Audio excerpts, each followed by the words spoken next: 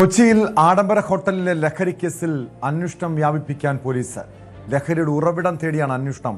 ലഹരി സംഘങ്ങളുമായി പ്രതികൾക്കുള്ള ബന്ധമടക്കം പരിശോധിക്കും. Event management കമ്പനിയുടെ മറവിലായിരുന്നു ലഹരി വിൽപ്പന. കൊച്ചിയിൽ നിന്ന് നവമി ദിനേശ് ചേരുന്നുണ്ട്. നവമി, സാധാരണക്കാരല്ല ഈ ലഹരി പാർട്ടിയിൽ പങ്കെടുത്തത്. അഭിഭാഷകർ, യുവ ഡോക്ടർമാർ ഉൾപ്പെടെ സമൂഹത്തിലെ പല ഉന്നതരും പങ്കെടുത്ത ലഹരി പാർട്ടി. ഇതിൻ്റെ അന്വേഷണം ക്രൈംബ്രാഞ്ച് ഉൾപ്പെടെ ഇതുമായി ബന്ധപ്പെട്ട കേസ് പരിശോധിക്കുന്നുണ്ട്. വിദേശ രാജ്യത്തു നിന്നാണ് ലഹരി വസ്തുക്കൾ, ഹൈബ്രിഡ് കഞ്ചാവ് ഉൾപ്പെടെ എത്തിച്ചതെന്ന കൃത്യമായ സൂചന ലഭിച്ചിട്ടുണ്ട്. ഏത് തലങ്ങളിലേക്കാണ് ഇപ്പോൾ പോലീസിൻ്റെ അന്വേഷണം നീങ്ങുന്നത്?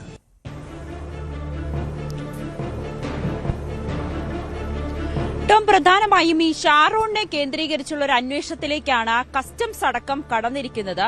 അതിന് കാരണം കഴിഞ്ഞ വർഷം, അതായത് ഡിസംബറിൽ ന്യൂ ഇയർ സമയത്ത് ഈ ക്രൂയിസിൽ കൊച്ചിയിലെ തന്നെ ഒരു ക്രൂയിസിൽ, ഒരു ആഡംബര കപ്പലിൽ ഇവർ സമാനമായ രീതിയിൽ ഒരു ലഹരി പാർട്ടി ഡിജെയും അതിനോടനുബന്ധിച്ച് ഒരു ലഹരി പാർട്ടിയും സംഘടിപ്പിച്ചു എന്നൊരു വിവരം കസ്റ്റംസിന് അന്ന് രഹസ്യ വിവരം ലഭിച്ചിരുന്നു. ഇതിന്റെ അടിസ്ഥാനത്തിൽ കസ്റ്റംസ് ആ ക്രൂയിസിലെത്തി പരിശോധന നടത്തുന്ന സമയത്ത് തന്നെ ഈ വിവരം ഇവർക്ക് ചോർത്തി ലഭിക്കുകയും കയ്യിൽ കരുതിയിരുന്ന ലഹരി വസ്തുക്കൾ ഇവർ കടലിലേക്ക് വലിച്ചെറിയുകയും ചെയ്തിരുന്നു. അതിനെ തുടർന്ന് പോലീസിന് ഈ തെളിവടക്കം ഇവരെ പിടികൂടാൻ സാധിച്ചിരുന്നില്ല. അങ്ങനെ കഷ്ടിച്ച് രക്ഷപ്പെട്ടതായിരുന്നു അന്ന് ഷാരോൺ.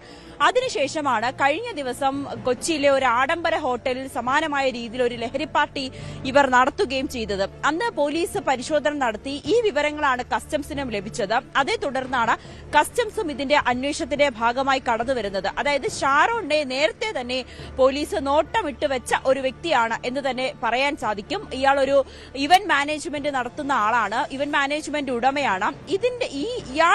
ഇയാളാണ് മെയിൻ ആയിട്ട് ഇതിൽ പ്രവർത്തിക്കുന്നത്. ഈ വിദേശത്ത് നിന്ന് വരുന്ന വില കൂടിയ ഇത്തരത്തിലുള്ള മയക്കുമരുന്നുകൾ, ലഹരി വസ്തുക്കൾ അത് കൊച്ചിയിലേക്ക് എത്തിക്കുന്നതും അല്ലെങ്കിൽ കൊച്ചിയിൽ ഇത്തരത്തിൽ ലഹരി പാർട്ടികൾ സംഘടിപ്പിക്കുന്നതിലൊക്കെ പ്രധാനിയായി നിൽക്കുന്നത് ഷാരോൺ ആണെന്നാണ് അന്വേഷണ സംഘം കണ്ടെത്തിയിരിക്കുന്നത്. ഇതിന്റെ അടിസ്ഥാനത്തിൽ ഷാരോണുമായി ബന്ധപ്പെട്ട് കൂടുതൽ ആളുകളിലേക്കും അന്വേഷണം എത്തും. അതായത് ഷാരോൺ ആർക്കൊക്കെയാണ് ഈ ലഹരി വിൽക്കുന്നത്, എങ്ങനെയാണ് ഇവർ ഇത്തരത്തിലൊരു പാർട്ടി സംഘടിപ്പിക്കുന്നത്, അതിനേതെങ്കിലും തരത്തിലുള്ള ഒരു ഗ്രൂപ്പ് ഉണ്ട്. ഇവിടെ പിടിയിലായ 8 പേരുണ്ട്. ഇവർ 8 പേരും ഈ സമൂഹത്തിൽ ഉയർന്ന പ്രൊഫൈലിലുള്ള ആളുകളാണ്. ഡോക്ടർമാരുണ്ട്, ന്യൂട്രീഷൻ ണ്ട്, ദന്ത ഡോക്ടറുണ്ട്. അങ്ങനെ ഉയർന്ന നിലയിൽ ജോലി ചെയ്യുന്ന ആളുകളാണ് ഈ പിടിയിലായ 8 പേരും. ഇവരെ കൂടാതെ മറ്റ് ആരെങ്കിലും ഈ ലഹരി പാർട്ടിയുമായി ബന്ധപ്പെട്ട് പങ്കെടുത്തിട്ടുണ്ടോ എന്നാണ് അന്വേഷണ സംഘം പ്രധാനമായും പരിശോധിക്കുന്നത്. അതായത് ഷാരോണിൽ നിന്ന് തന്നെയായിരിക്കും ഈ അന്വേഷണം, ഷാരോണുമായി ചേർന്ന് നിൽക്കുന്നവരിലേക്കായിരിക്കും പ്രധാനമായും അന്വേഷണം നടത്തുക. അതോടൊപ്പം തന്നെ ഇവർക്ക് എങ്ങനെയാണ് വിദേശത്ത് നിന്ന് ഇത്രയും വില കൂടിയ മയക്കുമരുന്നുകൾ, മെത്താഫെറ്റമിൻ അടക്കമുള്ള ലഹരി വസ്തുക്കളാണ് ഇവർക്ക് കിട്ടുന്നത്. ഇതൊന്നും കേരളത്തിൽ സുലഭമായി കിട്ടുന്നതുമല്ല, വിദേശത്ത് നിന്നാണ് ലഭിക്കുന്നത്. പ്രത്യേകിച്ച് തായ്ലൻഡ് പോലുള്ള രാജ്യങ്ങളിൽ നിന്നൊക്കെയാണ് ഇത് ഇറക്കുമതി ചെയ്യുന്നത് എന്നുകൂടി അന്വേഷണ സംഘത്തിന് മനസ്സിലാകുന്ന സാഹചര്യമുണ്ടായി. അങ്ങനെയാണെങ്കിൽ ആരാണ് ഇവർക്ക് കേരളത്തിൽ ഇതൊക്കെ എത്തിച്ചു നൽകുന്നത്, ഷാരോൺ ഇത് ആരാണ് എത്തിച്ചു നൽകുന്നത് എന്നീ കാര്യങ്ങളായിരിക്കും പ്രധാനമായും അന്വേഷണ സംഘത്തിന്റെ പരിധിയിലുള്ളത്. എന്തായാലും അന്ന് 8 പേരെ പിടികൂടിയെങ്കിൽ പോലും അവരുടെ കയ്യിലുണ്ടായിരുന്നത് കുറഞ്ഞ അളവിലുള്ള ലഹരി പദാർത്ഥങ്ങളായിരുന്നു. അതുകൊണ്ട് മാത്രമാണ് സ്റ്റേഷൻ ജാമ്യത്തിൽ അവരെ വിടുന്ന ഒരു സാഹചര്യം പോലീസിനുണ്ടായത്. പക്ഷെ അന്വേഷണം അവിടെ അവസാനിപ്പിച്ചില്ല. ഇവരുമായി ബന്ധപ്പെട്ട് കൂടുതൽ ആളുകളിലേക്കും പരിശോധന വ്യാപിപ്പിക്കും, അന്വേഷണം വ്യാപിപ്പിക്കുമെന്നാണ് അറിയാൻ സാധിക്കുന്നത്.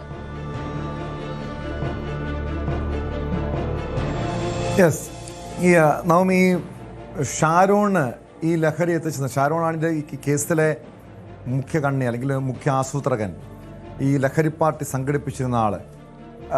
ഇയാൾക്ക് പിന്നിൽ മറ്റാരെങ്കിലും ഉണ്ടോ? മാത്രമല്ല പല ഉന്നതരും, അതായത് അഭിഭാഷകരും ഡോക്ടർമാരടക്കം ഈ കേസിൽ കുടുങ്ങിയിട്ടുണ്ട്, പിടിയിലായിട്ടുണ്ട്.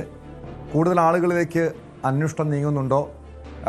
അതോ ഈ പിടിയിലായ ആളുകൾ മാത്രമായിരുന്നോ ആ ലഹരി പാർട്ടിയിൽ പങ്കെടുത്തത്?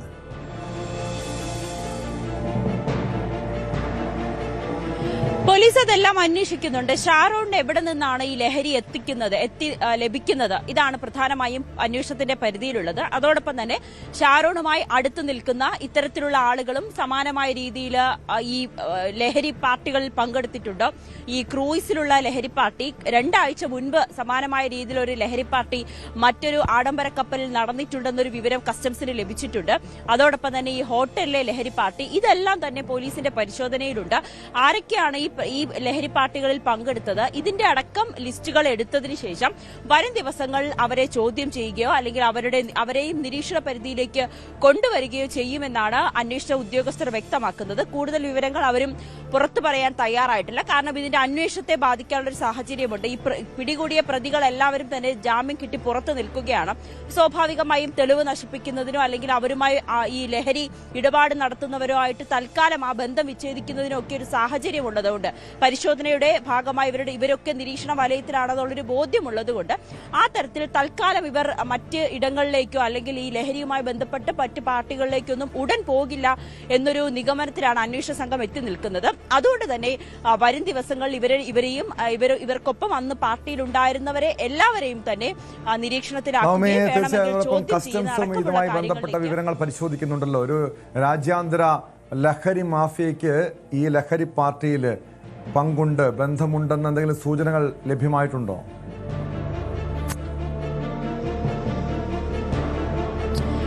അതാണ് ടോം, അതായത് ഡിസംബർ മാസത്തിൽ അന്ന് ക്രൂയിസിൽ നടത്തിയ ഒരു ലഹരി പാർട്ടി ഉണ്ടായിരുന്നു. അന്ന് കസ്റ്റംസ് ഈ വിവരം അറിയുകയും അവിടെ ഒരു പരിശോധന നടത്തുകയും ചെയ്തു. പക്ഷേ തലനാടിടയ്ക്കാണ് ഷാരോൺ അടക്കമുള്ള പ്രതികൾ രക്ഷപ്പെട്ടത്. ഇവർ കയ്യിൽ കരുതിയിരുന്ന ലഹരി വസ്തുക്കൾ കടലിലേക്ക് ഒഴുക്കി കളഞ്ഞിരുന്നു.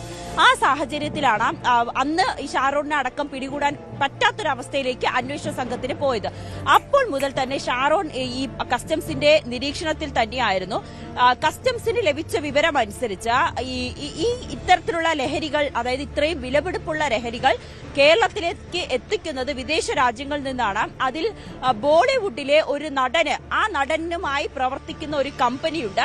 ആ കമ്പനിയുടെ കീഴിലാണ് ഇത്തരത്തിലുള്ള ലഹരി പാർട്ടികൾ സംഘടിപ്പിക്കുന്നത് എന്നൊരു വിവരം കസ്റ്റംസിന് ലഭിച്ചിട്ടുണ്ട്. പക്ഷേ ആ ബോളിവുഡ് നടനിലേക്കൊക്കെ അന്വേഷണം എത്തുക എന്ന് പറയുന്നത് കസ്റ്റംസിനെ സംബന്ധിച്ച് അല്പം ബുദ്ധിമുട്ടായിട്ടുള്ള കാര്യമായിരിക്കും.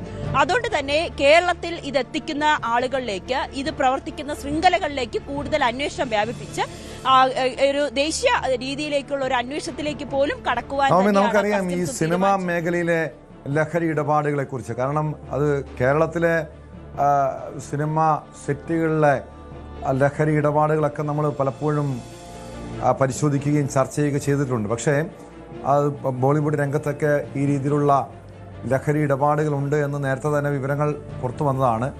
അത് അങ്ങനെയുള്ള ഒരു അന്വേഷണം അല്ലെങ്കിൽ അവരിലേക്ക് അന്വേഷണം എത്തുക എന്ന് പറയുന്നത് എത്രത്തോളം എളുപ്പമുള്ള കാര്യമാണ്? അത് കസ്റ്റംസ് മാത്രമാണോ അത് പരിശോധിക്കുന്നതോ പോലീസിൻ്റെ അന്വേഷണ പരിധിയിലും ഇക്കാര്യങ്ങളുണ്ടോ?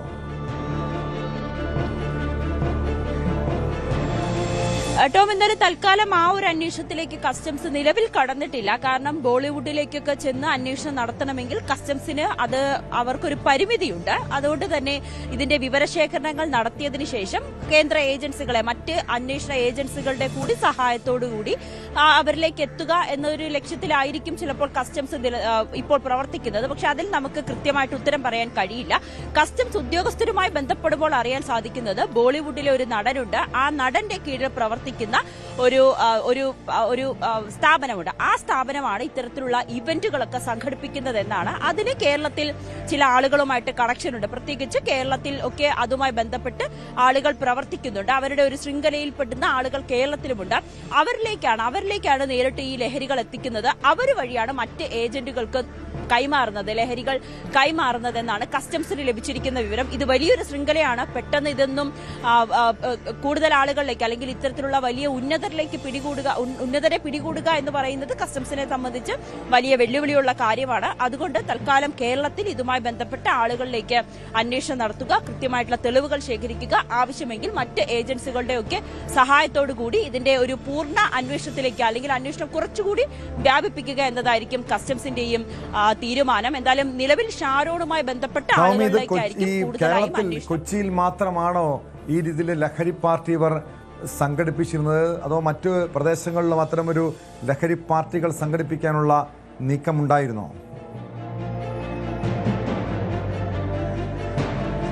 നമുക്ക് അതിനെക്കുറിച്ച് കൂടുതൽ വ്യക്തത വന്നിട്ടില്ല. കാരണം കസ്റ്റംസ് ഉദ്യോഗസ്ഥർ ഇപ്പോൾ പറയുന്നത് പ്രകാരം ഈ ഷാരോൺ നടത്തിയിരിക്കുന്ന ഈ ഒരു ക്രൂയിസിലായിക്കോട്ടെ, ആഡംബര ഹോട്ടലിലായിക്കോട്ടെ, ഇതെല്ലാം തന്നെ ചില ആളുകളിലേക്ക്, പ്രത്യേകിച്ച് ഉന്നതരായിട്ടുള്ള ഡോക്ടർമാർ, വക്കീല്, ന്യൂട്രീഷ്യൻസ് അങ്ങനെയുള്ള ആളുകളിലെ കേന്ദ്രീകരിച്ചാണ് കൂടുതലും. അത്രയും അതായത് പൈസ നൽകി, ആവശ്യത്തിലധികം പൈസ നൽകി ഇത്തരത്തിലുള്ള ലഹരി പദാർത്ഥങ്ങൾ വാങ്ങുന്ന ആളുകൾ, അത്തരത്തിലുള്ള ആളുകളിലേക്കാണ് ഇവർ കൂടുതലായും ഇപ്പോൾ ഈ പാർട്ടി കേന്ദ്രീകരിച്ചിരിക്കുന്നത്. കൊച്ചി മാത്രമല്ല മറ്റിടങ്ങളിലും ഉണ്ടോ എന്ന് കസ്റ്റംസ് പരിശോധിച്ചു വരികയാണ്. എന്തായാലും അത് അന്വേഷണത്തിന്റെ പരിധിയിലാണുള്ളത്. കൂടുതൽ വിവരങ്ങൾ കസ്റ്റംസ് പുറത്തുവിടാനും തയ്യാറായിട്ടില്ല. കാരണം ഈ അന്വേഷണത്തിന്റെ പരിധിയിൽ വരുന്നത് കൊണ്ട് മറ്റേതെങ്കിലും തരത്തിൽ ഈ പ്രതികളെല്ലാം പുറത്തായതുകൊണ്ട് തന്നെ തെളിവ് നശിപ്പിക്കാനുള്ള ഒരു സാഹചര്യമൊക്കെ കണക്കിലെടുത്താണ് കസ്റ്റംസ് കൂടുതൽ വിവരങ്ങൾ പുറത്തു വരാത്തത്. എന്തായാലും നമുക്ക് വരും ദിവസങ്ങളിൽ ഇതുമായി ബന്ധപ്പെട്ട് കൂടുതൽ വിശദാംശങ്ങൾ ലഭ്യമാണ്.